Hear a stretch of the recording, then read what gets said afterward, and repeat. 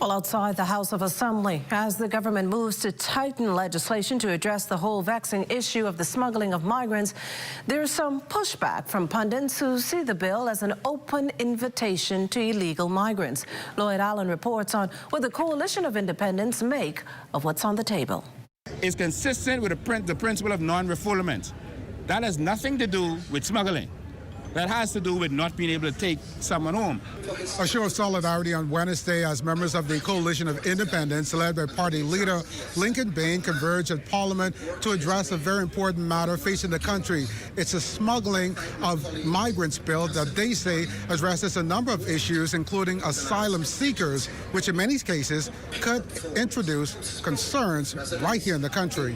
If you do a bill where someone can land in your country and just say the word asylum, or because they were smuggled, that they will be allowed to stay, even if it's for a temporary basis, we can be taken over. All of the things that they are now trying to control in this bill is already controlled by the law.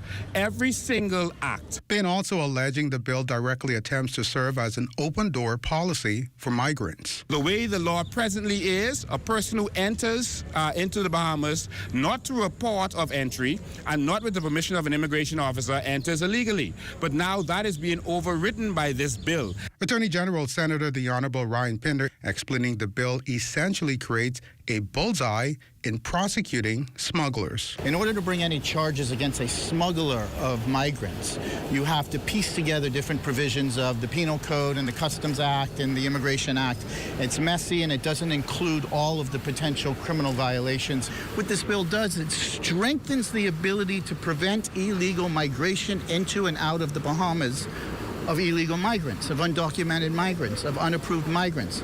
So it's actually a bill to strengthen our provision. Pinder adds that the passing of the bill will introduce stronger levels of anti-migrant laws. To allow us to better prosecute, to allow us to have stiffer penalties and have a clear cause of action in the courts and in prosecutions on smuggling matters. If you would look at the clause, and it's clause 11, and I note that when Lincoln Bain put it out in the public domain, he did not put the entire clause out in the public domain, which is really an attempt to gaslight the Bahamian public, and it's not acceptable, frankly, and he deserves to be condemned for doing it.